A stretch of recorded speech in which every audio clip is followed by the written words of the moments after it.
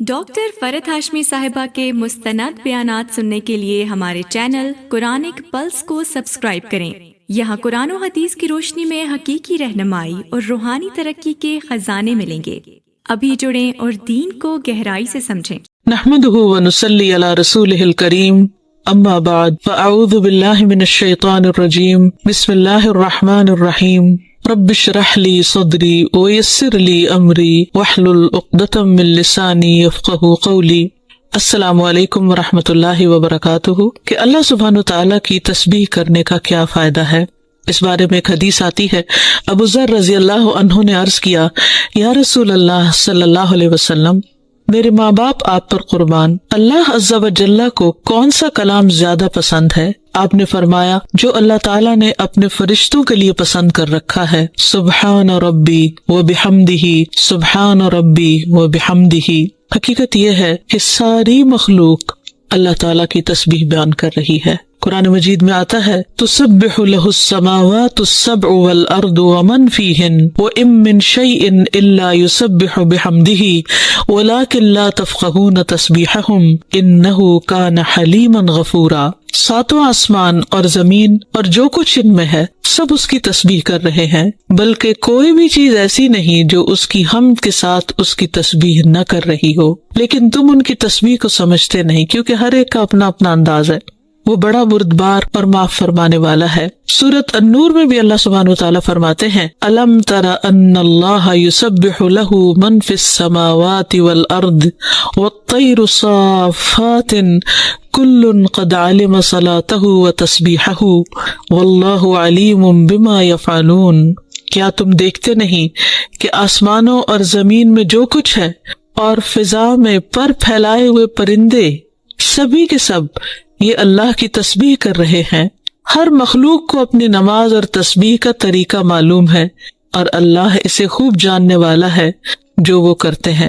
بہت ہی خوبصورت آیت ہے جس سے یہ پتہ چلتا ہے کہ نمبر ایک، ساری مخلوق تسبیح کر رہی ہے، سب اللہ کے ذکر میں مشغول ہیں، ایک ذرے سے لے کر بڑے بڑے ستارے اور سیارے، اور پھر خصوصاً پرندوں کی بات کی گئی، یعنی زمین اور آسمان کی مخلوق تو کر ہی رہی ہے تسبیح، لیکن ان دونوں کے درمیان جو پرندے اڑتے ہوئے نظر آ رہے ہیں اور بعض اوقات صفوں کی شکل میں، یعنی صف باندھے ہوئے یا پر پھیلاتے ہوئے اور سکیڑتے ہوئے یا اڑتے ہوئے، سب مل کر یا اکیلے اکیلے، یہ سب اللہ سبحانہ تعالیٰ کی پاکی بیان کرتے ہیں۔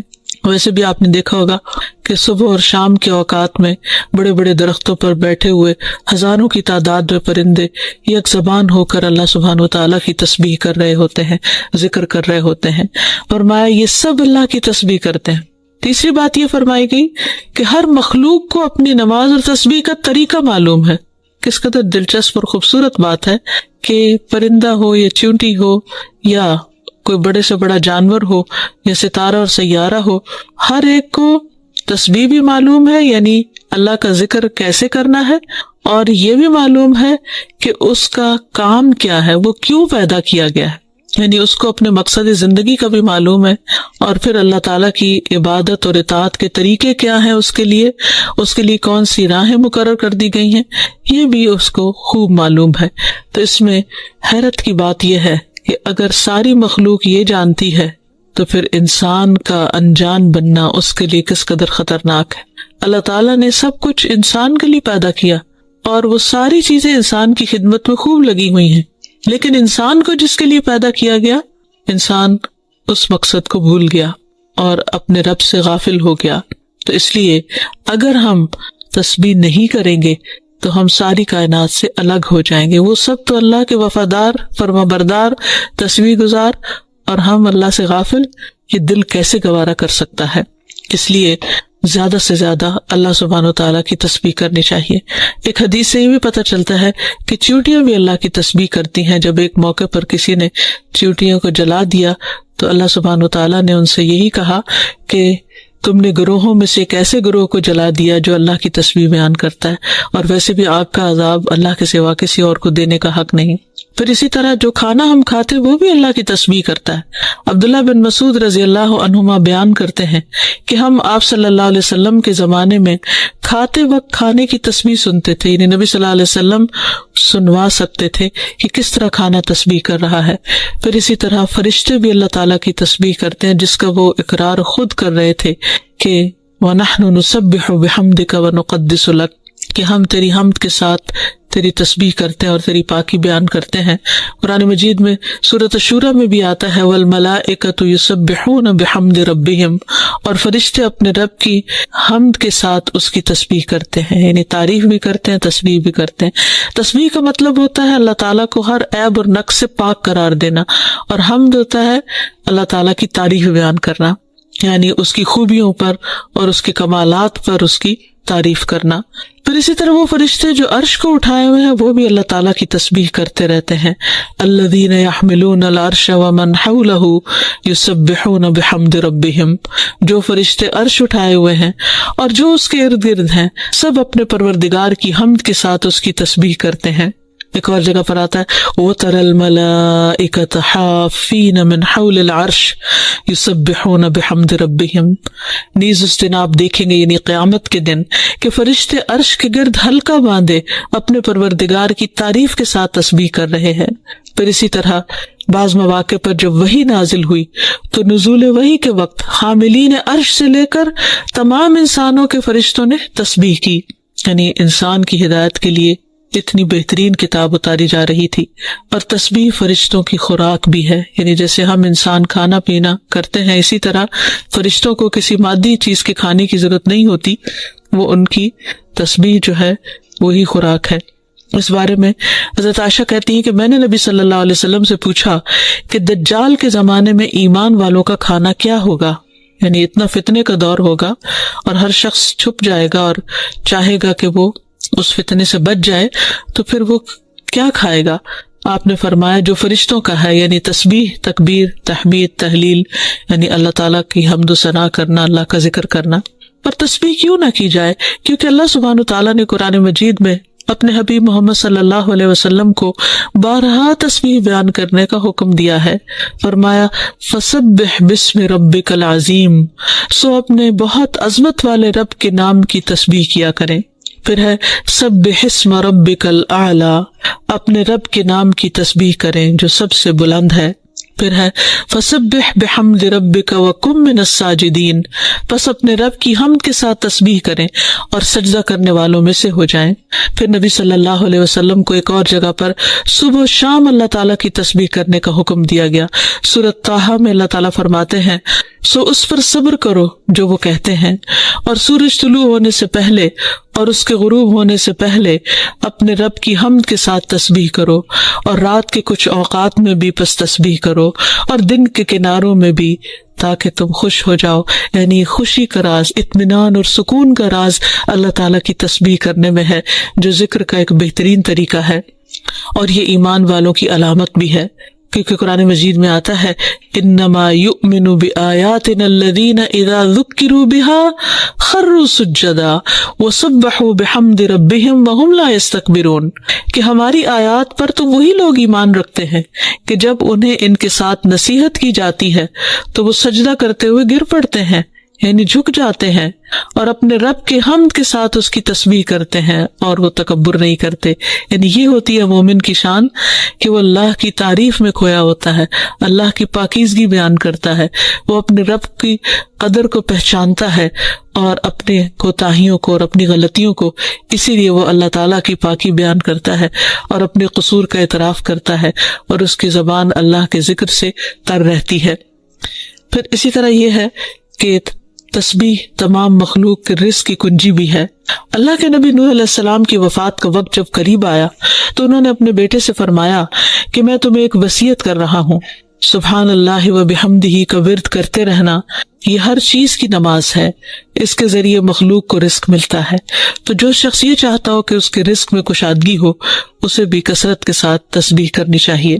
جیسے اللہ تعالیٰ قرآن مجید میں حکم بھی دیتے ہیں یا ایھا الذین آمنوا اذکروا اللہ ذکرا کثیرا وسبحوہ بکرۃ واصیلا، اے ایمان والو اللہ کو بکثرت یاد کیا کرو اور صبح و شام اس کی تسبیح بیان کیا کرو.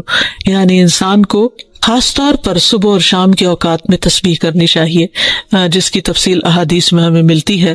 رسول اللہ صلی اللہ علیہ وسلم خود بھی کثرت کے ساتھ سبحان اللہ و بحمدہ استغفر اللہ و اتوب الیہ کثرت سے پڑھا کرتے تھے کہ پاک ہے اللہ اور اس کی تعریف کے ساتھ، اور میں اللہ تعالیٰ سے بخشش طلب کرتا ہوں اور میں اس کی طرف توبہ کرتا ہوں.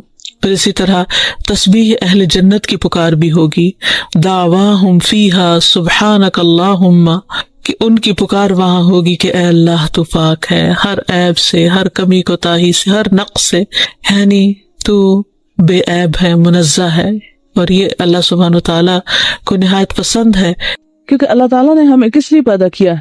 اپنی عبادت کے لیے. تو اگر ہمیں لفظ عبادت کا معنی ہی نہیں آتا ہوگا تو اس کا سیدھا سیدھا کیا مطلب نکلا؟ کوئی مطلب نکالے اس سے؟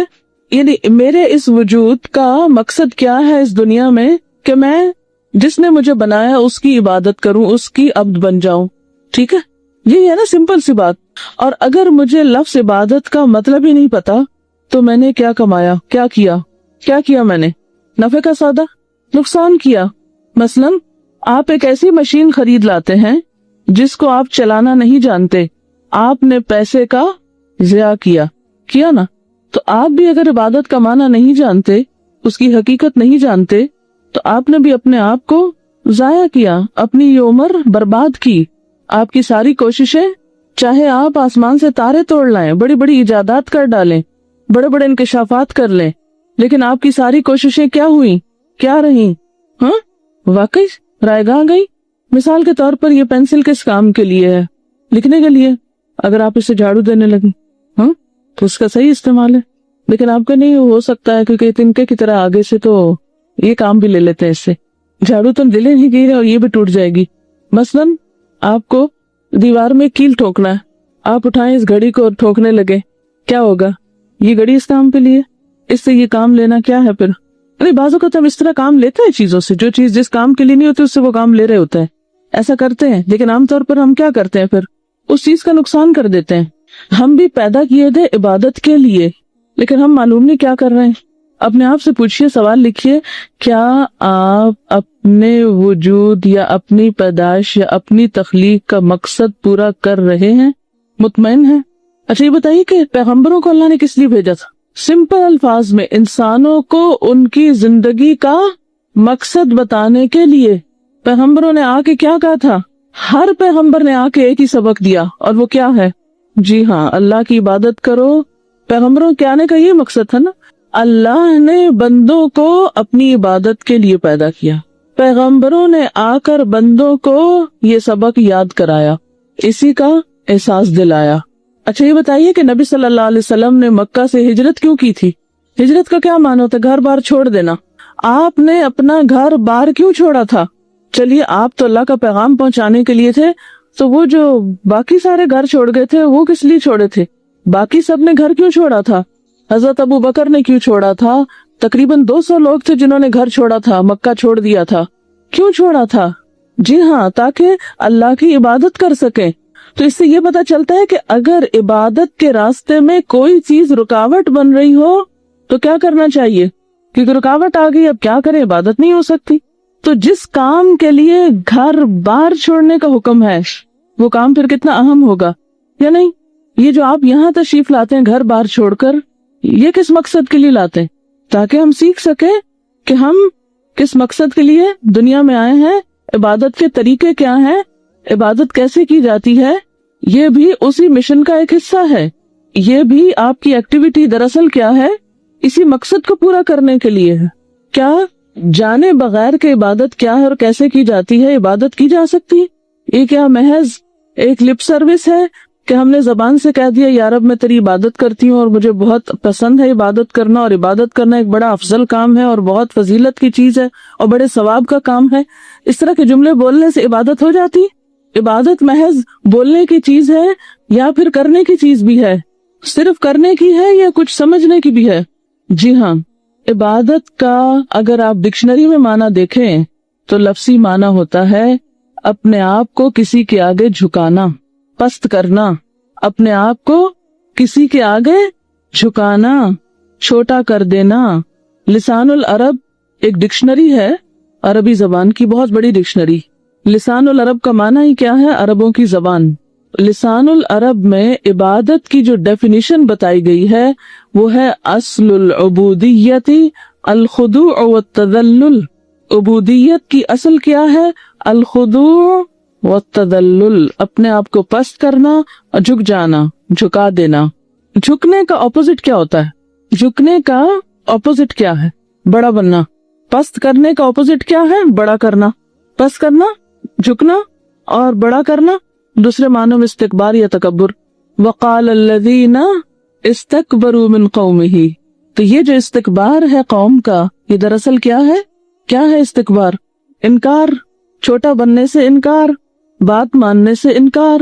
اچھا, لیکن ایک بات یاد رکھیے کہ عبادت میں صرف جھکنا اور پست ہونا ہی معنی نہیں, صرف یہ معنی بھی نہیں, یہ معنی بھی ہے لیکن اس کے علاوہ بھی اس میں معنی پایا جاتا ہے.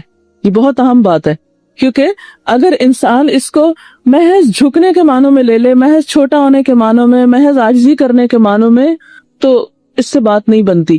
اس کے بارے میں حکم یہ ہے کہ جب عبادت کی نسبت اللہ کی طرف ہو, ایک ہے عبد کی نسبت بندے کی طرف, یعنی کسی انسان کا غلام ہونا, تو اس میں تو بس یہی دو معنی ہے کہ اس کے آگے عاجزی برتنا, اپنے آپ کو اس سے چھوٹا سمجھنا. کیونکہ جب تک کوئی اپنے آپ کو دوسرے سے چھوٹا نہیں سمجھتا وہ اس کا حکم مانتا ہے؟ نہیں مانتا. حکم مانا ہی کب جاتا ہے اور کہاں مانا جاتا ہے؟ جس کو انسان اپنے آپ سے بڑا سمجھتا ہے. مثلاً کسی بھی ادارے میں ایک پی این ہے فار ایگزامپل, اور ایک اس کا ہیڈ ہے. اب پی این ہیڈ کی بات مانے گا یا ہیڈ پی این کا حکم مانے گا؟ پی این مانے گا ہیڈ کی بات, نہ کہ ہیڈ مانے گا پی این کا حکم. کیوں؟ وائی؟ یہ ایک عام اصول ہے. یہ ٹھیک ہے یا نہیں ہے یہ الگ بات ہے, ایک عام رواج ہے زندگی. کس لیے؟ عام حالات میں بھی بچوں کو کیا کہا جاتا ہے کہ وہ کیا کریں؟ اپنے بڑوں کا کہا مانو. عام محاورہ ہے نا بڑوں کا کہا ماننے کا, ٹھیک ہے. تو جو اپنے آپ کو خود ہی بڑا سمجھے وہ کبھی دوسرے کی بات نہیں مانتے ہوتے. انکار اور نافرمانی میں اصل چیز تکبر ہی ہے اس کا سبب. تو بہرحال بات میں یہ کر رہی تھی کہ جب عبد کی نسبت کسی بندے کی طرف ہوتی ہے تو اس میں خضوع اور تذلل ہے, لیکن جب عبد کی نسبت اللہ تعالیٰ کی طرف ہو, یعنی عبادت اللہ کی, تو اس میں محبت کا مفہوم بھی شامل ہو جاتا ہے. شریعت میں عبادت کا معنی ایسی کیفیت جس میں انتہائی محبت کے ساتھ انتہائی خضوع اور خوف ہو. ابن کثیر نے یہ تعریف لکھی ہے. ابن کثیر کون ہے؟ مفسر قرآن ہے, قرآن کی تفسیر لکھی ہے انہوں نے, ٹھیک ہے. تو ابن کثیر کیا کہتے ہیں کہ عبادت اس کیفیت کا نام ہے جس میں انتہائی محبت کے ساتھ انتہائی خوف اور خضوع یعنی عاجزی پائی جاتی. ایک طرف انتہائی محبت ہے اور دوسری طرف انتہائی خوف ہے اور انتہائی عاجزی. اب ذرا فیل کریں اس کو, یہ کیسے ہوگا؟ دو کنٹراڈکشن, دو متضاد چیزیں دل کے اندر, ایک طرف انتہائی محبت اور ایک طرف انتہائی خوف, اور ان دو چیزوں کی وجہ سے انتہائی عاجزی. محبت انسان کو کیا بناتی؟ متکبر. ذرا سوچئے, جو کسی سے محبت کرتا ہے اس کا غلام بن جاتا ہے کہ نہیں؟ اس کی ہر بات ماننے لگتا ہے, ٹھیک ہے نا. اور جو کسی سے ڈرتا ہے وہ بھی کیا کرتا ہے؟ اس کی ہر بات ماننے لگتا ہے. تو اس سے پھر معنی اطاعت کا نکل آیا. عام طور پر جو معنی کیا جاتا ہے نا کہ عبادت کا معنی اطاعت ہے, تو یہ اسی معنی میں کی جاتی ہے. یہ اس کا ڈرائیوڈ میننگ ہے, ڈائریکٹ میننگ نہیں ہے جس کو کہتے ہیں نا اس سے مراد یہ ہے. کیا سمجھ میں آئے؟ ابھی یہ جو میں بات کر رہی تھی نا کہ انتہائی محبت کے ساتھ انتہائی خوف, دو متضاد کیفیات, یہ بالکل بیلنس کر دیتی ہیں اس احساس کو. اور اگر یہ دو طرف نہ ہو, صرف یک طرفہ بات ہو, تو وہ بات درست ہی نہیں رہتی. مثلاً اگر آپ کہیں کہ عبادت میں صرف انتہائی محبت ہے اور خوف نام کی چیز کوئی نہیں, تو کیا ہوگا؟ اعتدال ختم ہو جائے گا. اور اگر کہیں انتہائی خوف ہے اور محبت نام کی چیز نہیں, اور اگر ایک زیادہ اور دوسرا کم ہے, تو بھی بات نہیں بنے گی. دونوں کو اپنے آخری حصے تک جانا ہے. محبت بھی اپنی انتہا تک جائے گی اور خوف بھی اپنے انتہا تک جائے گا. وہ پھر عدل کا مقام آ جائے گا, وہاں اصل عاجزی پیدا ہو جائے گی. وہ خوبصورت کیفیت جو مطلوب ہے وہ اسی وقت سامنے آئے گی, اور اس کے نتیجے میں اطاعت ہوگی. پھر اطاعت مشکل بھی نہیں ہوگی. اگر بات سمجھ نہ آئی ہو تو پوچھ سکتے ہیں. جس کا صرف خوف ہوتا ہے وہ اطاعت ایک مجبوری کی اطاعت ہوتی ہے, ٹھیک ہے نا. بندوں میں سے ہم کسی کی اطاعت بعض اوقات کس لیے کرتے ہیں؟ خوف کی وجہ سے. وہ مجبوری کی بات ہے, اب کیا کریں اور چارہ ہی کوئی نہیں.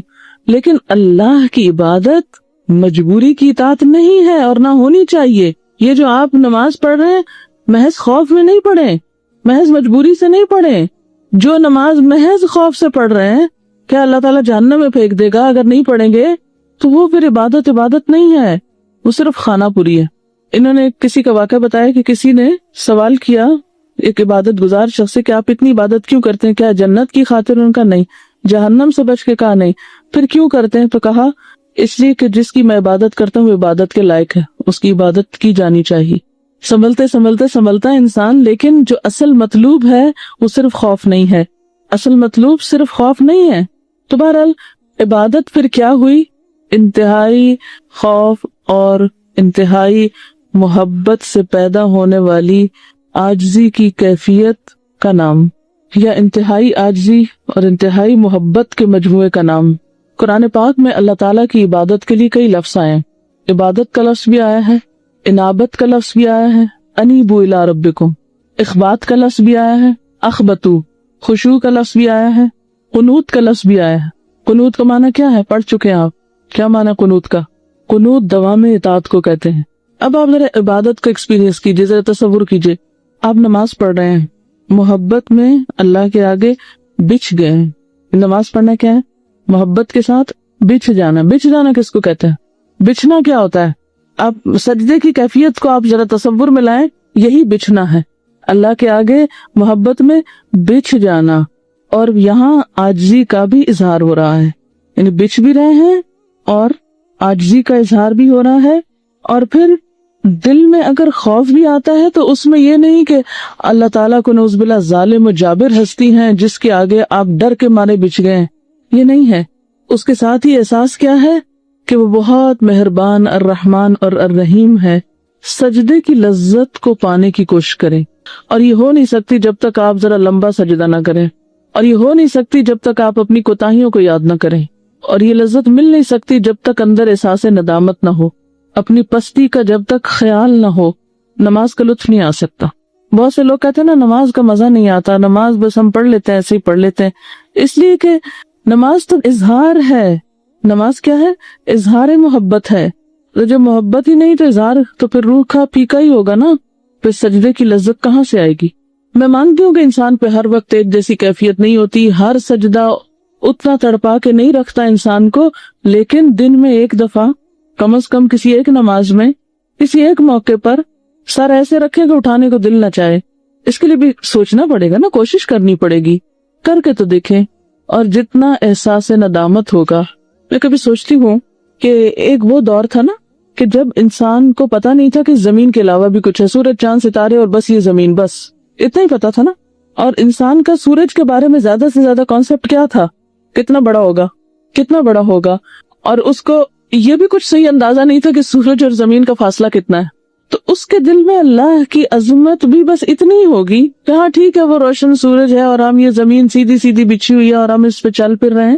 نشانیاں تو اس وقت بھی بہت تھی, لیکن آج جب انسان کو اتنا کچھ کائنات کے بارے میں پتا چل گیا ہے, اور پھر کبھی آپ یوں تصور کیا کریں نا کہ آپ پوری فضا میں ایک پلانٹ کے اوپر اپنے رب کے آگے جھکے ہوئے ہیں, ٹھیک ہے نا.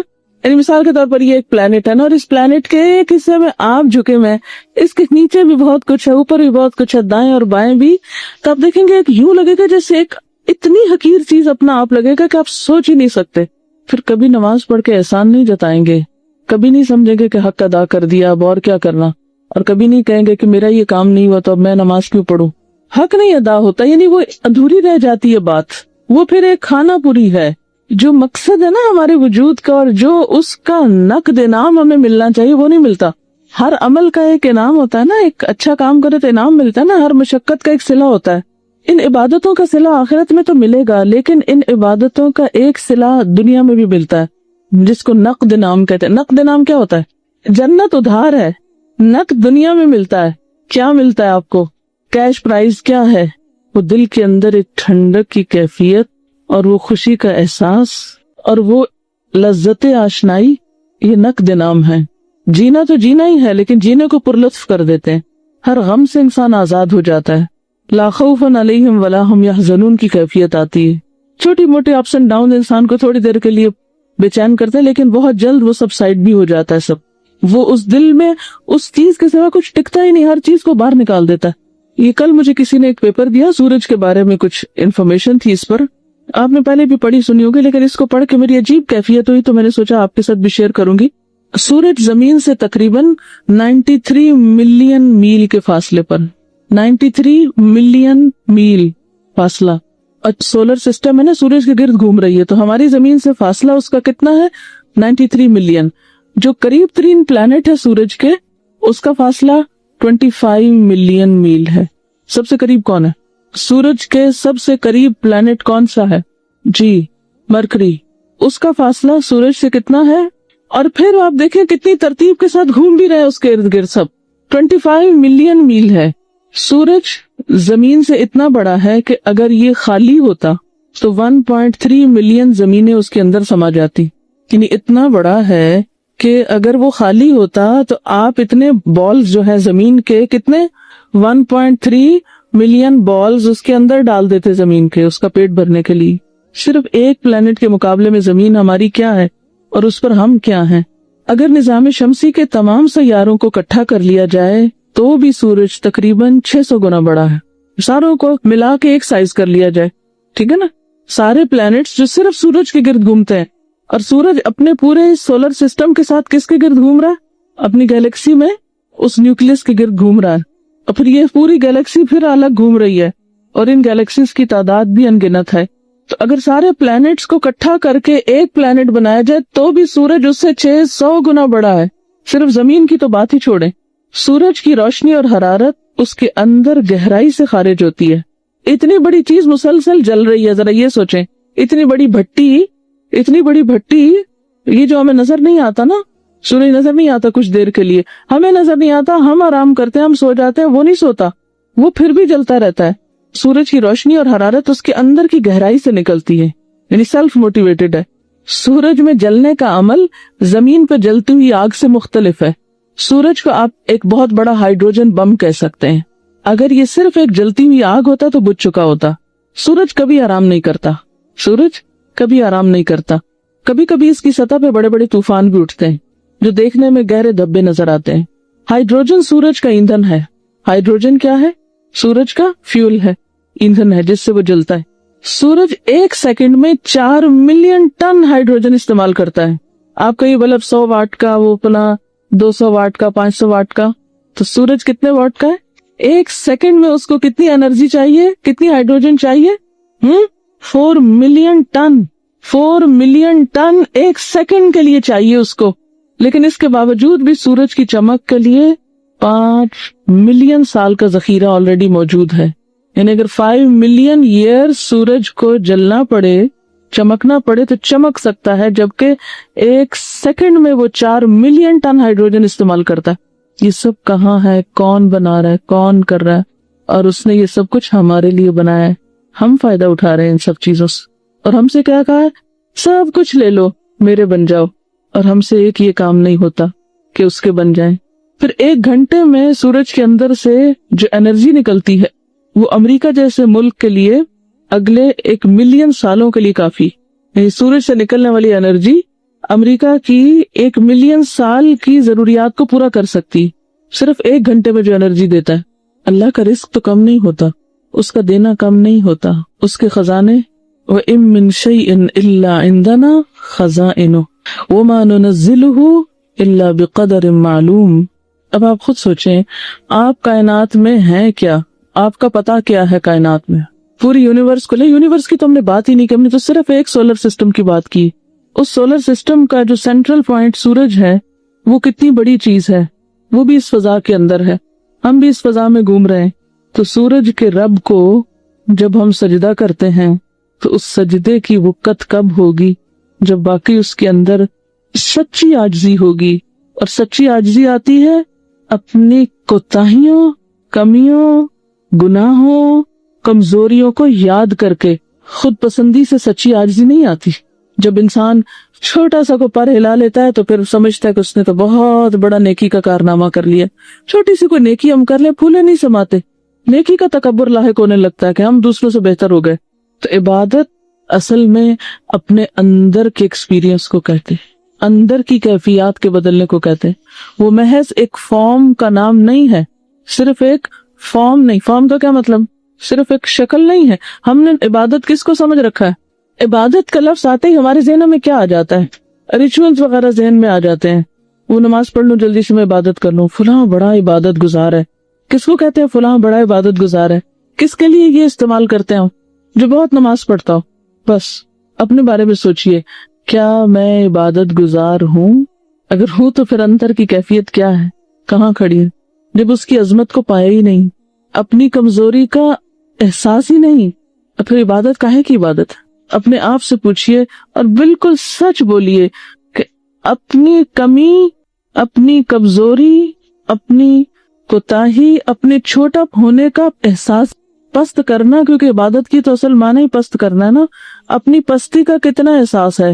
اگر احساس ہو تو اپنے آپ کو جنت کا حقدار نہ سمجھے، کبھی مستحق نہ سمجھے. مستحق سمجھتے ہیں تو کام نہیں کرتے نا. ہم کہتے ہیں ہم تو ڈیزرو کرتے ہیں، ہم نے تو جانا ہی وہاں ہے، اس لیے کچھ کرنے کی ضرورت ہی کیا ہے؟ ایسا انسان کبھی پھر بے فکر ہو سکتا ہے؟ کبھی نہیں ہو سکتا. ایسا انسان دوسروں پہ دھوس جما سکتا ہے؟ نہیں. جس کو اپنی کمی کا احساس ہو، اسی کیفیت کو پھر تقویٰ کہتے. یہی کیفیت پھر عبادت کا جو جس طرح وہ تقویٰ کی شکل میں انسان کے اندر آتا ہے، دل میں رہ جاتا ہے. یعنی وہ دل کی کیفیت ہے نا عبادت. پھر اس کی ظاہری شکل کو عبادات کا نظام کہا گیا، تو دل کی یہ کیفیت پھر تقویٰ ہو جاتی ہے. اور تقویٰ کے لیے کیا فرمایا آپ نے؟ التقویٰ ہاں ہونا، کیفیت کا نام ہے تقویٰ. تقویٰ کچھ ظاہری مظاہر کا نام نہیں، کچھ ظاہری دکھاوے کے، کچھ خاص قسم کے ایکشنز یا کچھ مظاہر، یہ نہیں ہے تقویٰ. ہم متقی انسان کس کو سمجھتے ہیں؟ متقی کی تصویر ہمارے ذہن میں کیا ہے؟ پھر مسٹیریس سا شخص جو کم بولتا ہو، کم کھاتا ہو، کم سوتا ہو، صرف ظاہری طور پر اللہ اللہ کرتا نظر آتا ہو. وہ دنیا میں چلتا پھرتا، دنیا کے کام کرتا ہوا نہیں دکھائی دیتا. جو کام کر کر کے تھکے وہ نہیں متقی نظر آتا. تو عبادت کا مقصد کیا ہے؟ قرآن میں کیا بتایا گیا؟ سورۃ البقرہ میں آپ پڑھ چکے ہیں، یا ایھا الناس اعبدوا ربکم الذی خلقکم والذین من قبلکم لعلکم. اندر کی کیفیت بدل جائے، اندر کا تجربہ فرق ہو جائے. یہ کل قیامت کے دن تو جا کے کھلے گا ہی. آج ہی کھول کے ذرا دیکھ لیں کہ اندر کی کیفیت کتنی بدلی ہوئی ہے. یہ کون جج کر سکتا ہے؟ اندر کی کیفیات کو کون جج کر سکتا ہے؟ یا خود یا پھر ہمارا رب. دنیا میں آپ اپنے آپ کا خود فیصلہ کر سکتے ہیں، قیامت کے دن یہ اللہ تعالیٰ کر دیں گے آپ کے لیے. اس کے فیصلے سے پہلے آپ خود بھی ایک فیصلہ کر سکتے ہیں. اس میں بھی ہم اپنے آپ کو بہت سی تعویلیں اور بہت سی جسٹیفیکیشن دے کے مطمئن کر لیتے ہیں. جھوٹ بولتے ہیں نا اپنے آپ سے سچے نہیں ہیں، فیتھفل نہیں اپنے آپ سے. یہ بھی اسی وقت ہوگا جب اللہ کی عظمت سامنے آئے گی، پھر خود کو چھوٹا کر سکیں گے، پھر اپن کو کٹ ٹو سائز کریں گے. اچھا، بعض لوگ ان کیفیات کو لانے کے لیے کیا کرتے؟ کمرہ اندھیرا کر دیں گے، 1000 دفعہ اللہ اللہ کریں گے بیٹھ کے، کوئی خاص قسم کے سوچیں گے، لطیفوں کی جو باتیں کرتے ہیں کہ اندر یہ کھانا ہے، وہ ہے، ادھر سے ادھر تصور میں لاؤ، رنگ روشنیاں دیکھیں گے. ان کیفیات کا نام وہ کیا سمجھتے ہیں؟ کہ شاید اس طرح کسی خارجی طریقے سے تقویٰ اندر لایا جاتا ہے، جبکہ وہ باہر سے اندر نہیں آتا، اندر سے باہر جاتا ہے. اور پھر یہ صرف زبانی بھی نہیں، ان چیزوں کو محسوس کرنا، اس کا ایکسپیرینس کرنا. کوئی کشف و کرامات کے انتظار میں نہیں رہنا، وہ کرامتیں خود انسان کے اپنے اندر ہونے لگتی ہیں. اور یہاں تک کہ ان تعبد اللہ کأنک تراہ، یہ کیفیت انسان کو پھر نصیب ہوتی ہے کہ اللہ کی عبادت ایسے کرو گویا کہ تم اس کو دیکھ رہے ہیں. آرٹیفیشل نہیں ہے کہ ہر وقت آپ اس کو پکڑ جکڑ کے اپنے اوپر طاری کریں، لیکن اٹھتے بیٹھتے چلتے پھرتے آپ زیادہ دیر غافل نہیں رہ سکتے. یعنی یہ آپ کی اصل ہو جاتی ہے اور باقی کیفیات ٹیمپریری ہوتی. دیکھیے 2 طریقے ہوتے ہیں زندگی بسر کرنے کے. ایک ہے کبھی کبھار اتفاق سے اللہ کو یاد کر لینا، یا اس کی یاد میں آنسو بہا لینا، یا اس کا ذکر کر لینا، یا اس کیفیت کو محسوس کرنا کبھی کبھار. اور عام حالت کیا؟ غفلت کی حالت. اور ایک کیا ہے؟ عام حالت کیا ہے؟ اس کی یاد کی، اس کے احساس کی، اس کے شکر کی، اس کے ساتھ دل ہی دل میں. ابھی آپ نے پڑھا تھا دعا کیسے مانگتے ہیں، دل ہی دل میں اس کو پکارتے، چپکے چپکے اس سے باتیں کرتے.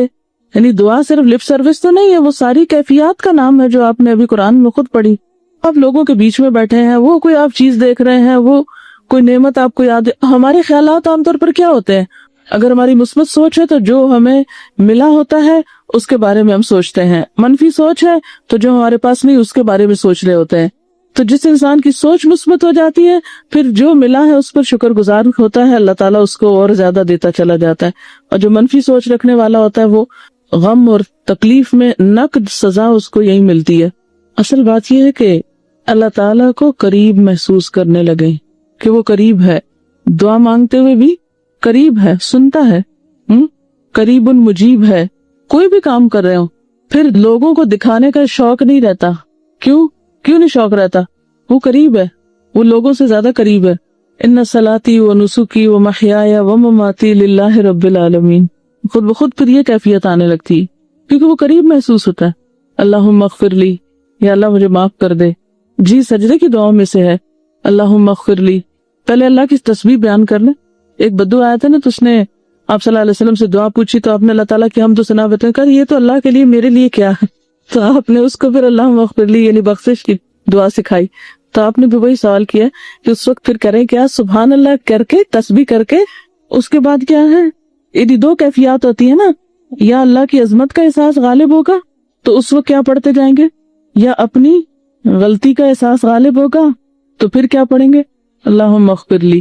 مسنون دعا ہے سجدے کی, سبحانک اللہم و بحمدک اللہم اغفر لی. ٹھیک ہے, اللہم اغفر لی اگر تکرار سے پڑھتے چلے جائیں. اصل میں پھر بات ہے کہ کیفیت کیا ہے آپ کے اوپر. دیکھیے ہمارے سامنے تو نبی صلی اللہ علیہ وسلم کی سنت ہے اصل چیز. آپ نے کبھی ایسی نماز نہیں پڑھائی کہ پیچھے والوں کے لیے مشکل ہو جائے. آپ اپنی تنہائی کی نماز ضرور ایسے پڑھتے تھے کہ ساری رات ایک ہی آیت پڑھتے رہے, لیکن لوگوں کو اس مشکل میں نہیں ڈالا. یہ جو ہماری کیفیات ہے یہ تنہائی کی ہونی چاہیے. اس کا یہ مطلب نہیں کہ ہر دم آپ یہ کریں گے, اس کا مطلب ہے کہ ان چیزوں کو آپ ایکسپیرینس کریں. ٹھیک ہے نا, یہ جب ہوگا جب اپنی غلطی مانیں گے ہم. ذرا سوچیے آج صبح سے میں نے اب تک کیا غلطی کی, سوچیے, کوئی یاد کریں. دیکھیں ہمیں یاد کرنے کو نہیں ملے گی کوئی, ہم اتنے نیک ہیں.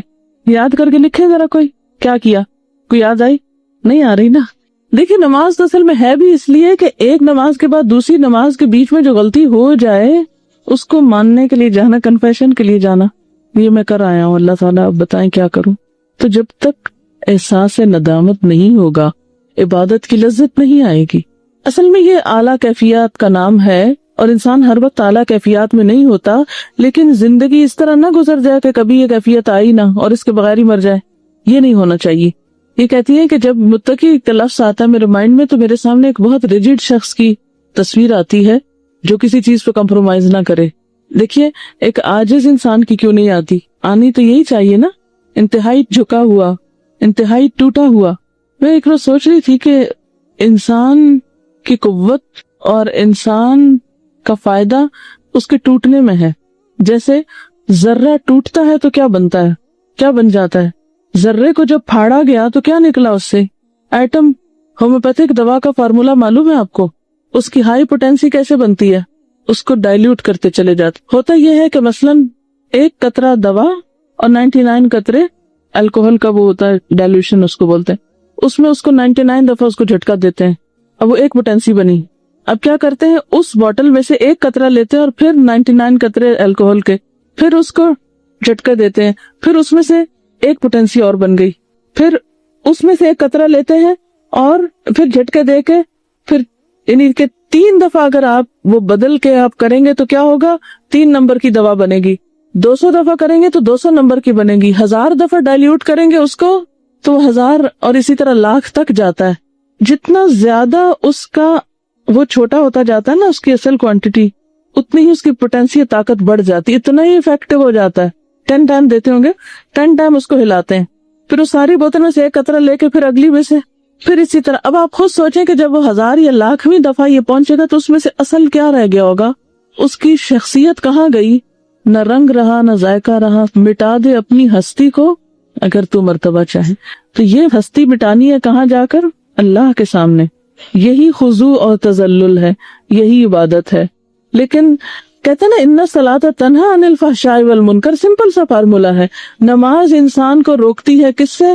فحاشی سے, برائی سے. کب روکتی ہے؟ جب انسان کیا کرتا ہے؟ احساس ندامت, اپنی غلطی کا اعتراف کرتا ہے. جو غلطی مانتا نہیں وہ عبادت کا حق ادا کرتا ہی نہیں. جو خود کو چھوٹا سمجھتا نہیں اس کے اندر ابدیت کی کیفیت آتی ہی نہیں، وہ اس لطف کو پا سکتا ہی نہیں۔ جب ہم سے غلطی ہوتی تو ہم کیا کرتے ہیں؟ اس کا موجب، اس کا ذمہ دار کس کو سمجھتے ہیں؟ اپنے کو تو کہیں بھی نہیں رکھتے وہاں۔ یہ ہو سکتا ہے کہ کسی کا حشر اس غلطی میں 90 ہو اور کسی کا 10% ہو، 90% 10%، یعنی ضروری کہتے ہیں نا تالی دو ہاتھ سے بجتی ہے، تو ایک تو یوں بجتی ہے نا اور ایک یوں بجتی ہے، تو اب جب یوں بجتی ہے تالی تو پھر اس ہاتھ کا شیئر زیادہ ہوتا ہے اور اس کا کم ہوتا ہے، مگر یہ ہوگا کہ کسی کی زیادہ اور کسی کی کم، ہو سکتا ہے آپ کی بہت کم ہو اور دوسرے کی زیادہ ہو، لیکن ٹوٹلی دوسرے پر ڈال دینا یہی اصل خطا ہے۔ تو میں نے آپ سے پوچھا تھا کہ آپ نے کوئی غلطی لکھی اپنی؟ نہیں یاد آتی غلطیاں، سچ بولے نا، نہیں آتی، یا تو پھر حافظہ کمزور ہے۔ واقعی یہاں تک آ کے غلطی نہیں ہوئی، کسی کو پوچھ نہیں کیا، کسی کو تکلیف نہیں دی، یہی تو اصل بات ہے۔ کوئی بتائے کیا غلطی ہوئی؟ آپ بے فائدہ بات کی اور تنگ کیا دوسرے، کہتے جوتا اپنی جگہ نہیں رکھا۔ اچھا ایک اور بات یہ کہ صرف غلطی نہیں، کوتاہی بھی۔ بعض اوقات ہم غلطی نہیں کرتے لیکن کیا کرتے ہیں؟ کوتاہی۔ کوتاہی کا کیا مطلب کرتے ہیں؟ کوتاہی کا مطلب کیا ہوتا ہے؟ کسی کو اس کا حق پورا نہ دینا۔ مثلا ہم نے نماز پڑھی ہے صبح، لیکن کوتاہی کیا کی؟ یاد کریں، سبق سنایا ہے، کوتاہی کیا کی؟ سنتے وقت اٹینٹو پورے نہ رہے مثلا۔ تو ہم تو اگر غلطیوں سے نہیں تو کوتاہیوں سے تو بھرے ہوئے ہیں۔ تو جو شخص اپنی کوتاہی کا اعتراف نہ کرے وہ پھر آگے نہیں بڑھ سکتا۔ ہم اپنے آپ کو جھوٹی تسلیاں دیتے ہیں، خیر اللہ مالک ہو جائے گا، پھر کیا ہوا؟ کچھ جملے ہم نے رٹ رکھے ہیں، وہی موقع بے موقع، سمجھے نہ سمجھے دہراتے رہتے ہیں۔